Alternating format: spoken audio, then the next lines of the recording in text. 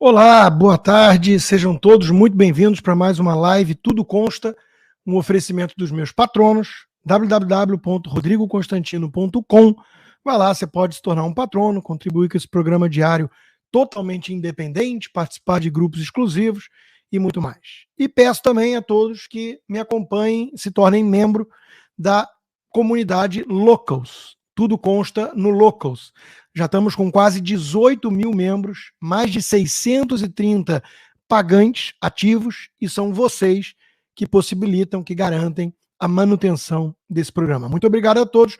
rodrigoconstantino.locals.com, com L, e vamos começar cada vez mais a concentrar as coisas lá. Hoje, por exemplo, eu já enviei um vídeo de quase 20 minutos, uma aula, uma breve aula, um resumo do legado de Ronald Reagan. Parabéns ao aniversariante de hoje. Nasceu em 6 de fevereiro de 1911, em Illinois, e eu fiz ali um resumão, um apanhado das principais ideias, dos principais valores e conquistas do 40º presidente americano, para mim, o melhor de todos. Então, a turma lá do Locals e dos patronos já receberam esse vídeo exclusivo feito para vocês. Peço desculpas se alguma coisa sair aqui do planejado. Eu nunca atraso a minha live. Vocês já perceberam que eu sou muito pontual. Hoje eu tive que chegar correndo e montar tudo em 10 minutos. Por quê? Porque a gente tem que praticar aquilo que a gente prega. E tinha chegado da Amazon um triciclo motorizado que meus pais deram de presente para o meu filho de 5 anos. E não vem assembled, não vem montado. E eu sou uma nulidade nisso, né? Cada um com as suas características, cada um com os seus talentos, o que seria do amarelo se todo mundo gostasse só do azul, e o que seria de várias profissões se todo mundo tivesse as mesmas habilidades. Eu acredito nas vantagens comparativas de que falava David Hume, Adam Smith, e eu definitivamente não sou bom nisso. Então estava suando, tentando montar as coisas todas. Obviamente não ficou pronto, ainda falta, mas eu quero buscar meu filho na escola e que ele chegue em casa com a motinho dele pronta, iluminada, motorzinho ligando. Então eu quase me atrasei para vocês por conta do moleque, mas ele merece. Vamos nessa, porque eu vou começar falando de guerra cultural, como de praxe, e nós tivemos aí o Grammy esse fim de semana, né? E, de novo, a gente perde às vezes tempo falando, explicando, tentando convencer o público, né, do que eles querem na esquerda, do que essa turma progressista é capaz de fazer, de que tudo representa no fundo, na essência, um ataque às famílias tradicionais, aos valores judaico-cristãos da sociedade, da civilização ocidental, e que eles querem implodir tudo isso e, no fundo, substituir Deus. Eles são adoradores do diabo. Um deles, Saul Alinsky, dedicou o livro Regras para os Radicais a Lúcifer, né? Então, às vezes, a gente perde muito tempo tentando explicar, eles vão lá e mostram, sem nenhum rodeio, sem ruborizar, sem tentar mascarar ou esconder. E eis que a turma demoníaca de Hollywood foi realmente enaltecer Satã, tudo isso patrocinado pela Pfizer. Parece brincadeira, mas não é. É o que aconteceu literalmente nessa festa do Grammy Awards. Foi financiado pela Pfizer, né, que só não se explica em relação àquele diretor que o Projeto Veritas expôs, e teve ali um quadro todo enaltecendo o diabo, né? Quem está vendo imagens pelas plataformas, a turma do Locals, já estou correndo atrás disso. Acredito que no final desse mês conseguiremos ter as imagens para o Locals, né? Mas foi exatamente isso que aconteceu, sem brincadeira, né? E eu aproveito para perguntar a vocês se vocês sabem quem é essa figura aqui, porque parece o próprio capeta em pessoa, né? Mas me disseram que é a Madonna, se eu não me engano. Parece alguma coisa da Madonna, sim, né, do passado. Mas é aquela história, né, gente? A pessoa tem que saber quando parar de fazer procedimentos e envelhecer. Mas isso, normalmente, sabe melhor quem tem valores decentes, quem é cristão, quem é conservador. Essa turma que para eles tudo é o material, tudo é estética, tudo é aparência, tudo é um show, tudo é para os outros. Essa turma tem mais dificuldade, mais dificuldade. Via de regra, né? Envelhecer não é fácil. O rosto mais vincado, as linhas, nada disso é fácil, né? Mas, repito, a condição humana é meio trágica. Quando você tem a bússola moral apontada para a direção correta, quando você tem os valores decentes, quando você prioriza família, conquistas éticas, você tende a superar melhor essa condição inexorável do envelhecimento humano, né? Outra boa notícia que tivemos desse festival aí do Grammy, né, é que a Samara Joy, estrela do jazz, venceu a Anitta, né? A Anitta não levou a estatueta que ela queria, Samara Joy levou 2, né? E ela passou a ser atacada pelos fãs de Anitta nas redes sociais. Gente, não diga. Anitta é aquela que conseguiu também algumas conquistas de número 1, mas depois suspeitaram de robôs, de essas coisas que denunciavam no bolsonarismo, cruzes. Será? Será possível que ela controla gado? Será que a Anitta, então, tem vassalos, capachos, bots, robôs, anitetes? Sei lá, né? Só sei que, como brasileiro que mora no exterior, eu fico envergonhado, óbvio, por esse tipo de comportamento dos fãs da nossa incrível artista. Só que não. E, by the way, quem está vendo a imagem, né, e não sabe, Samara Joy é também uma mulher negra, né? Então, eis que os fãs da Anitta não se importaram de partir para cima, detonando uma mulher negra. Ah, imagina se fosse um Gustavo Lima da vida, se fossem os fãs de algum músico sertanejo bolsonarista. Como é que estaria sendo a reação, né? A esquerda tem salvo-conduto para tudo, a direita não pode nada. Essa vai ser sempre a conclusão importante em relação à guerra cultural. Outra coisa que chamou minha atenção, turma, foi uma reportagem na BBC, publicada no G1 do Globo também, que diz o seguinte: como o medo e a nostalgia do mundo de ontem viraram arma para radicalizar brasileiros mais velhos. E quando eu comecei a ler esse troço, né, diz o subtítulo: insegurança e percepção de ameaça a valores tradicionais, junto à suscetibilidade à desinformação, colocam idosos sob risco maior de populismo e do extremismo de direita. Quando eu li esse troço, eu imediatamente sabia o que vinha em seguida. E eu não me considero nenhum grande profeta. Eu apenas me considero um profundo conhecedor dos meus pares, dos meus adversários, dos meus inimigos, por que não dizer nessa guerra cultural, da imprensa em geral. E o truque é mascarar de reportagem aquilo que é uma militância partidária e ideológica. E qual é a forma que eles encontram para isso? Qual é o instrumento? E é muito fácil perceber. Uma vez que você conhece o modus operandi, você detecta isso a milhas de distância. Você vai pegar um ou outro a dedo que você vai retratar como o que você quer que represente a média, o geral, o todo. Então você vai pegar uma senhora lá, a senhora Helena, que está meio amedrontada, que está assustada com algumas coisas, vai dar uma entrevista com ela na reportagem, pegar citações, vai pegar mais um depois, talvez esquisitão, e vai retratar que aquilo ali é o universo que você está analisando como fenômeno. E aí vem o truque mais manjado de todos. Você pega um ou dois especialistas e eles vão fazer uma análise de por que a dona Helena e o esquisitão representam os idosos conservadores, que são, na verdade, reacionários, né? E que se trata de uma doença. Os especialistas vão ser convocados com esse intuito.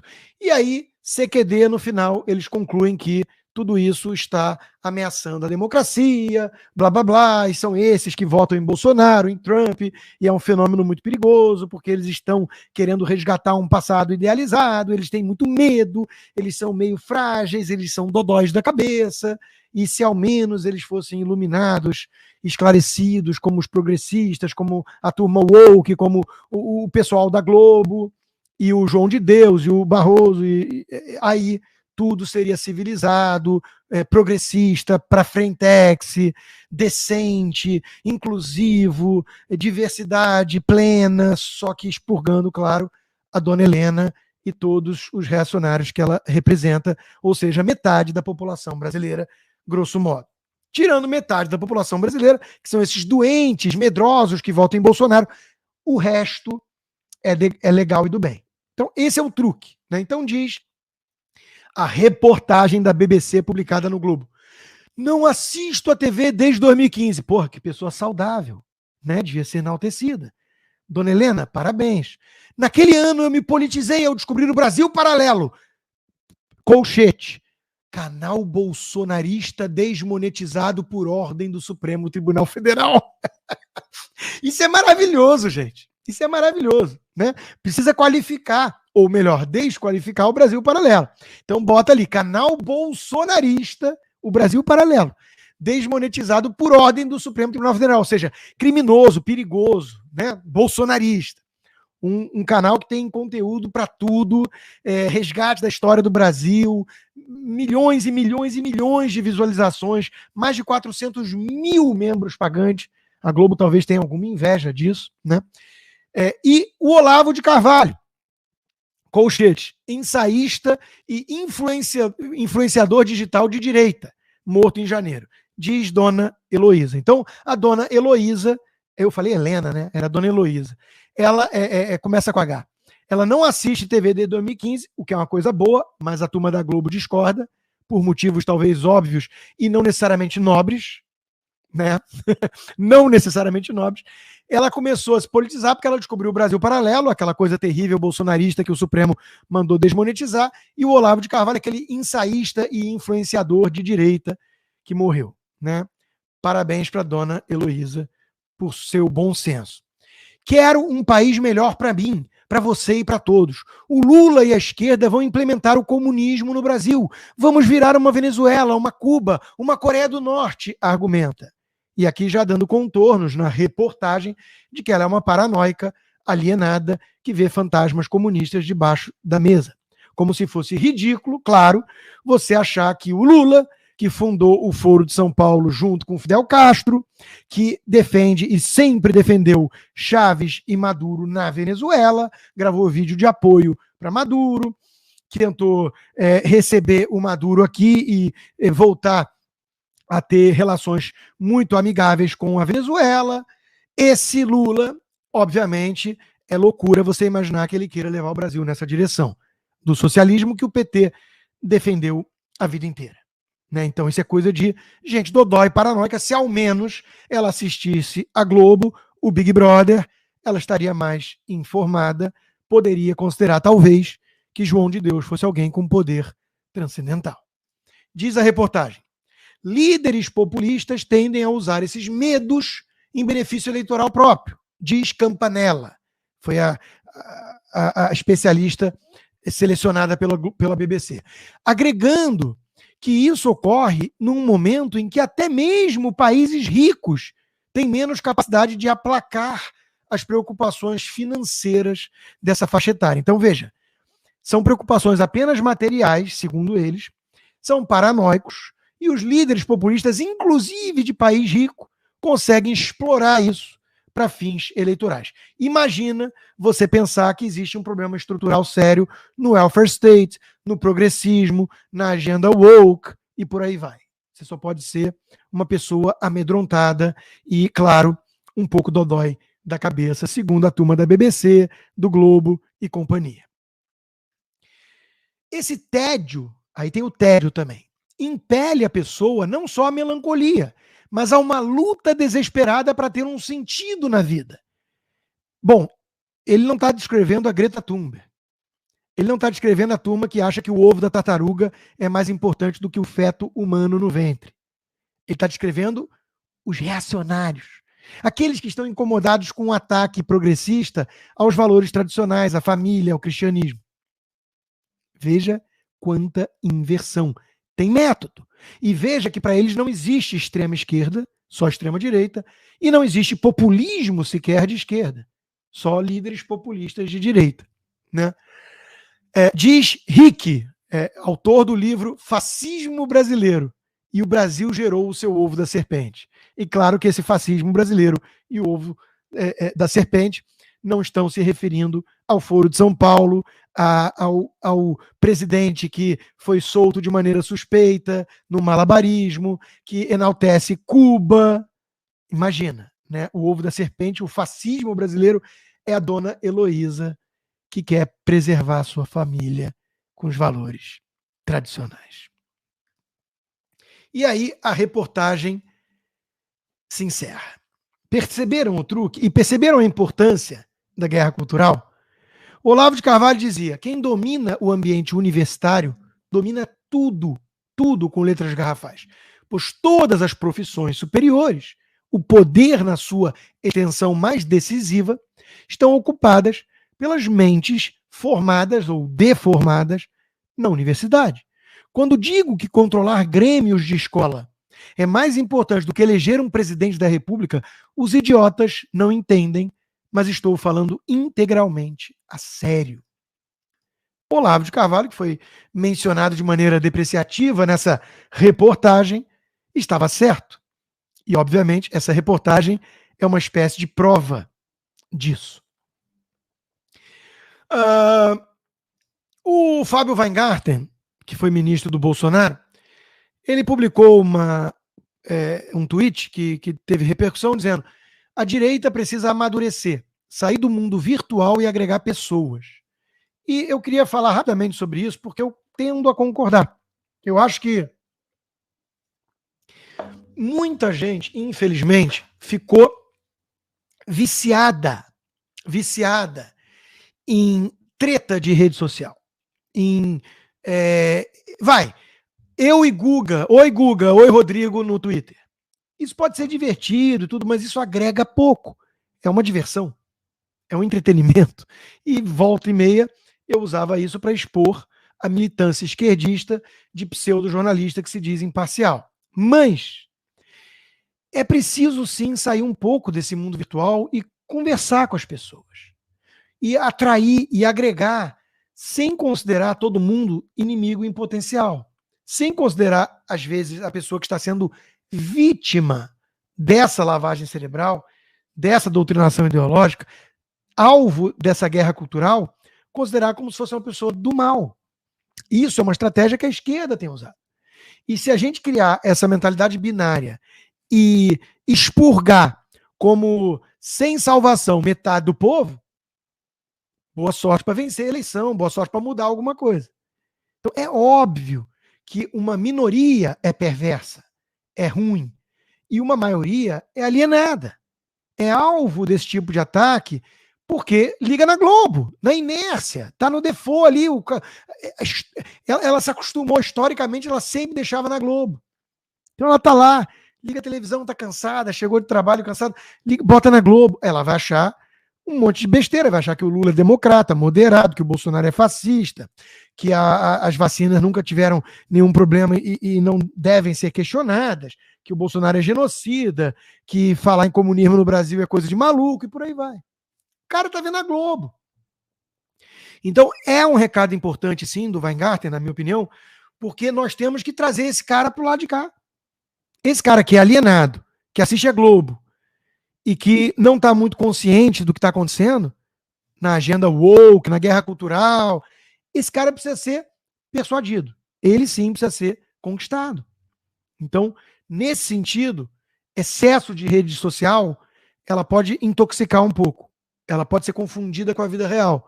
E tem todo um universo lá fora de gente que não passa o dia em treta no Twitter, que não assiste a minha live, que trabalha com outras coisas, e que de vez em quando se informa sobre política na Rede Globo. Ou seja, está lascado. Esse cara precisa ser despertado. E essa é uma missão de cada um de nós que tem essa consciência. Então, nesse sentido, eu acho que o alerta dele, do Weingarten, é muito adequado. Até porque eu já fiz essa crítica antes e volto a fazê-la. Muito bolsonarista tem uma mentalidade binária, militar, de nós contra eles. Se o cara, em algum momento, discordou de alguma coisa, se o cara, por exemplo, pega o meu amigo senador Girão, um dos caras mais combativos em relação ao arbítrio supremo, a necessidade de império da lei, de Estado de Direito, liberdade de expressão, mas ele não é a favor de liberar geral para armamento. Isso sempre fez dele alguém quase inimigo do bolsonarismo.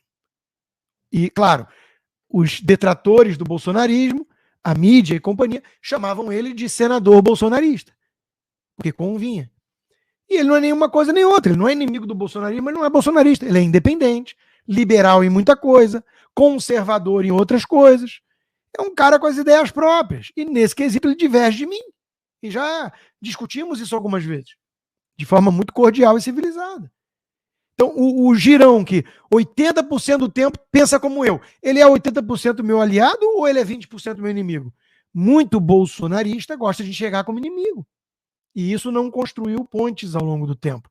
Implodiu alianças potenciais. Então, leio dessa forma também a crítica feita pelo Weingarten. E concordo com ela. Bom, outro assunto, rapidamente, é que vocês devem estar acompanhando a história do balão de espionagem chinês aqui nos Estados Unidos. Ele foi abatido finalmente, isso mostra como a imprensa é canalha. Enquanto a Casa Branca se manifestou que, não, veja bem, é perigoso, não sei, não devemos provocar a China, não, blá, blá, blá. A imprensa toda estava. Os republicanos, os conservadores são inconsequentes, querem derrubar um balão sem saber direito do que se trata e provocar a China e não sei o que. Aí o Biden foi lá e pum, derrubou o balão. Ah, veja que presidente que cuida dos interesses nacionais, corajoso e blá, blá, blá. É impressionante que a mídia mainstream tenha virado e virou um braço do Partido Democrata, uma extensão do Diretório Nacional Democrata. E não, Biden foi covarde, demorou demais para agir, não poderia ter tolerado um balão de espionagem chinês em solo americano e tinha que ter detonado esse troço no primeiro momento. Era óbvio isso, mas não fez, porque é covarde e porque tem interesses questionáveis com a China. Agora, parece que tem outro na América Latina, parece que até no Canadá já teve e tudo mais. Por que a China está abusando disso? Primeira pergunta que a gente tem que fazer sobre esse assunto. O que um balão desse consegue que os satélites chineses não conseguiriam? Em Montana, por exemplo, fotografia, movimentação, porque é onde tem o maior arsenal nuclear dos Estados Unidos. Difícil pensar, né? No que esse balão traria de grande valor agregado. Segunda hipótese, a China queria que os Estados Unidos encontrassem, obviamente, esse balão controlado, manuseado, né, para talvez testar qual ia ser a reação dos Estados Unidos, para provocar e ver. E aí, quando você olha quem são as lideranças militares desse governo, e que eles estão mais preocupados com linguagem neutra e inclusão trans do que com proteger a América, talvez você entenda a postura chinesa. Agora, divertido mesmo foi até a família Trump riu, até o filho do Trump riu, né? Foi esse cara, né, o Rick Dias, que foi, honestamente, se eu fosse Trump, eu ia voar essa beleza lá em Beijing nessa manhã. E aí é um balão do Trump laranja com o seu cabelo inconfundível. E realmente seria divertido se algo assim acontecesse. Meus caros, Estados Unidos tem um governo covarde, mas as estruturas sólidas em defesa da liberdade ainda. Nós vamos lutar para que isso não mude, né? Porque os democratas estão tentando, se depender da turma que saiu em defesa da Ilhan Omar, por exemplo, eles vão conseguir. Eu espero que nunca consigam. Se você quiser vir para os Estados Unidos, um plano de fuga, um plano B, né, em relação ao que pode virar o Brasil, sim, pode virar comunista, não é paranoia da dona Heloísa, é coisa de quem sabe o que é o PT. Você pode ver um dos vistos disponíveis para o seu perfil. E faça isso consultando a doutora Ingrid, advogada, DM Visaló. Vai lá no Instagram, D de dado, M de Maria, Visaló. E não esqueça de dizer que chegou a ela por meio da live Tudo Consta. Olha aqui, vamos falar do Lula, do lulismo, né? Que maravilha que tá o Brasil, gente. Olha, tá surpreendendo até os tucanos, né? O Armínio Fraga tá com medo. Não é para menos, né? Diz o ministro do Trabalho, de Luiz Inácio Lula da Silva, do PT, Luiz Marinho. Ai, que maravilha. Diz ele que se o Uber quiser ir embora do Brasil, dane-se. Chama os Correios para substituir o Uber. O que esperar de um governo desses? Lembrando, o Uber tem lá, sei lá, 1 milhão e meio de motoristas cadastrados. Por quê? Porque eles querem fugir da burocracia que é, por exemplo, uma CLT da vida, numa empresa normal. Ou de uma licença, que é uma máfia, para você conseguir, é um esquema caríssimo, para você ter uma licença de táxi. Então, o Uber surgiu como uma solução de mercado para atender o consumidor melhor e o trabalhador que queira ser um autônomo e trabalhar de forma flexível, sem a CLT, que engessa tudo e que traz inúmeras conquistas trabalhistas que na prática, jogam para a informalidade 1/3 da mão de obra e para o desemprego mais uns 10 a 15%. Então, surge o Uber e o PT olha para isso e fala assim, não, está errado. Esses pobres motoristas não têm o mesmo tratamento, a mesma regalia, os mesmos benefícios da CLT. Vamos impor a CLT inspirada na Carta del Lavoro de Mussolini, fascista italiano, criada no Brasil pelo líder mais fascistoide que já tivemos, Getúlio Vargas, ironicamente defendido pela esquerda, democrata, só que não. E aí você vai fazer o que com isso? Com que o Uber desista do Brasil. E o ministro do Trabalho diz, dane-se, nós temos os Correios. Olha, eu sei que não era para estar rindo. Talvez a distância me permita rir um pouco. Né? É muito triste. Eu tenho muitos amigos, muitos familiares e muito carinho pelo meu país. Então não dá para rir dessa situação. Mas é quase cômico. Então é tragicômico. É tragicômico. O ministro do Trabalho falar, quer ir embora, vai. Vamos botar os Correios para atender essa demanda. Ele não sabe também, por exemplo, que FedEx, UPS, DHL, várias empresas surgiram justamente por conta da incompetência do Estado, e não só brasileiro, em atender esse serviço. Então, veja que até mesmo para o serviço essencial, para o core business dos Correios, ele era tão incompetente que as empresas particulares ocuparam. E agora o Luiz Marinho quer pegar os Correios e transformar em Uber. Vai dar certo, amiguinho. Brasil vai voar rumo à Venezuela. Passamos de 10 mil pessoas ao vivo nas plataformas.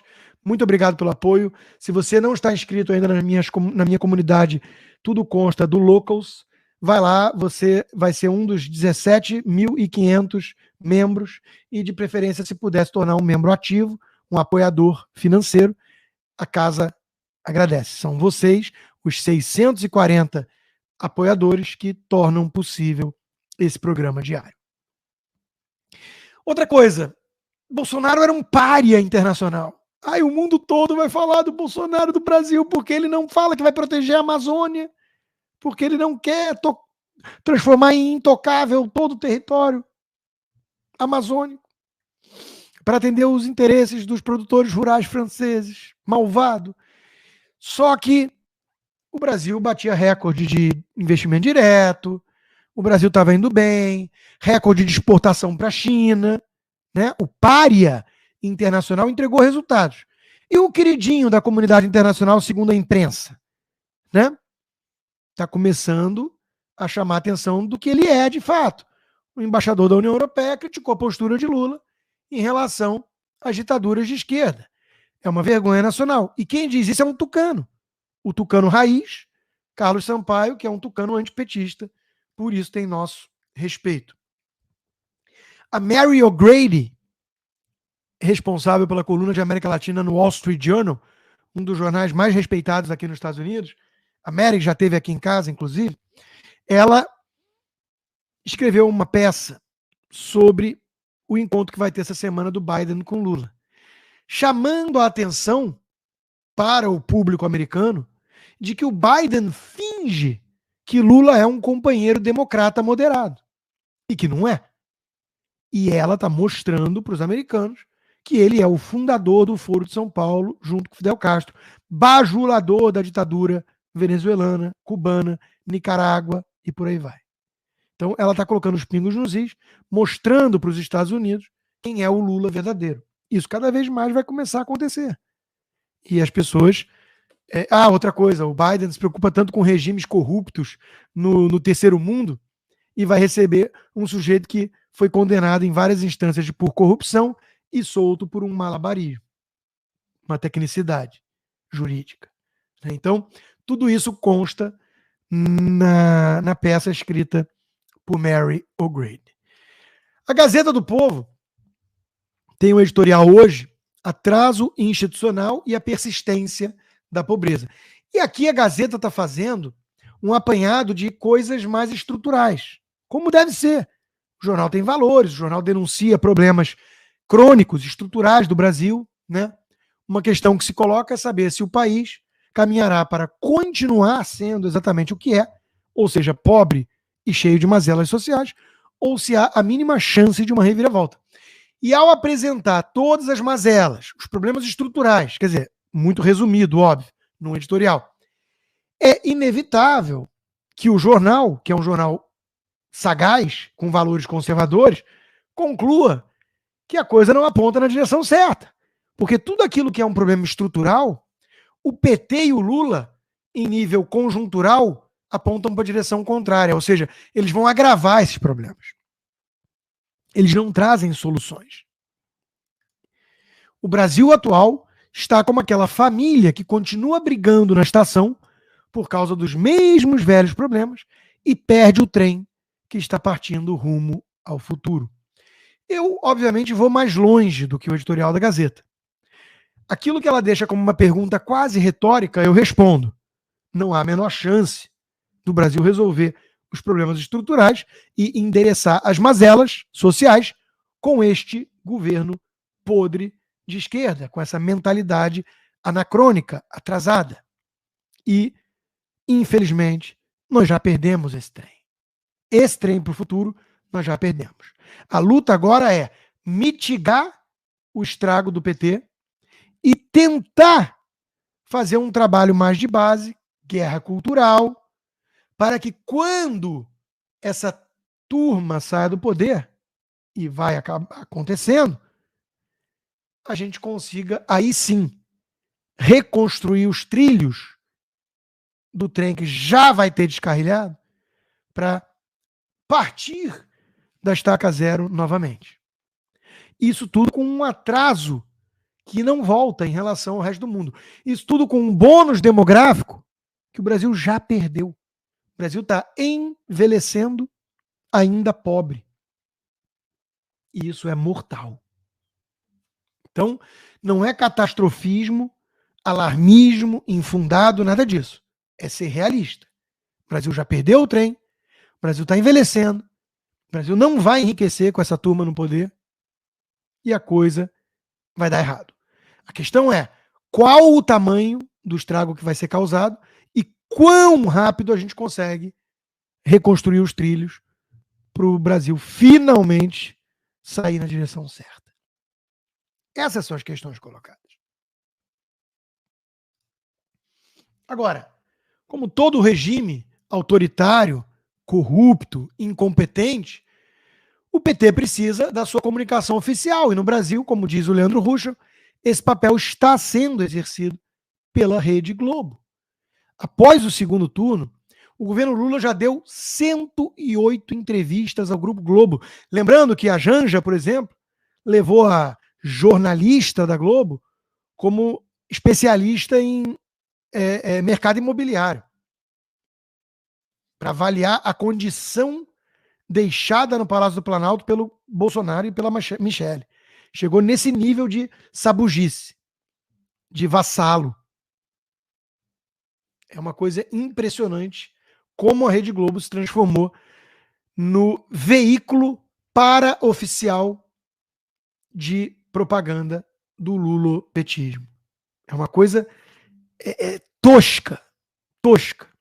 Eu teria muita vergonha se eu fosse um funcionário da Globo, se eu fosse um colunista do Globo hoje em dia. Eu fui por 6 anos. Como eu fui da Isto É, como eu fui da Zero Hora. Então, mas não fui eu que mudei não, tá, gente? Foram eles. Então eu estou aqui com o mesmo tipo de mensagem, já que nenhum veículo de comunicação relevante mais. A exceção, claro, da Gazeta do Povo, que tem 104 anos de idade, aliás, fez aniversário essa semana passada, que é um jornal muito sério. Como não tem mais nenhum veículo de comunicação tradicional que queira me dar espaço, eu estou aqui no meu próprio espaço, desbravando isso, a despeito de censura, a despeito de desmonetização. Eu estou aqui falando para mais de 11.300 pessoas. Se a Verinha se juntar com a Miriam e se juntar com outros 5 e fizerem uma live, não vai dar isso. Por quê? Porque as pessoas não são idiotas. Porque as pessoas percebem que a Globo e companhia não tem mais nenhum compromisso com a verdade, com o público, com o Brasil. Isso é muito evidente hoje em dia. E agora eu vou falar um pouquinho de STF, de algumas outras notícias, de um texto excelente do Carlos Alberto de Franco, um jornalista que é colunista da Gazeta, velha guarda, que o principal assunto, tema que ele aborda nas colunas é sempre a questão da importância de resgatar um jornalismo imparcial, independente e corajoso. Eu vou falar tudo isso agora lá na comunidade do Locals. A todos os outros que me acompanharam até aqui, eu agradeço, muito obrigado e até amanhã. Detalhe, o vídeo sobre o legado do Ronald Reagan, 17 minutos de vídeo, só eu falando sem parar sobre Reagan, tá lá na comunidade do Locals e no Patreon para os meus patronos, para os meus apoiadores da comunidade. Muito obrigado a vocês todos que me acompanharam até aqui. Até amanhã.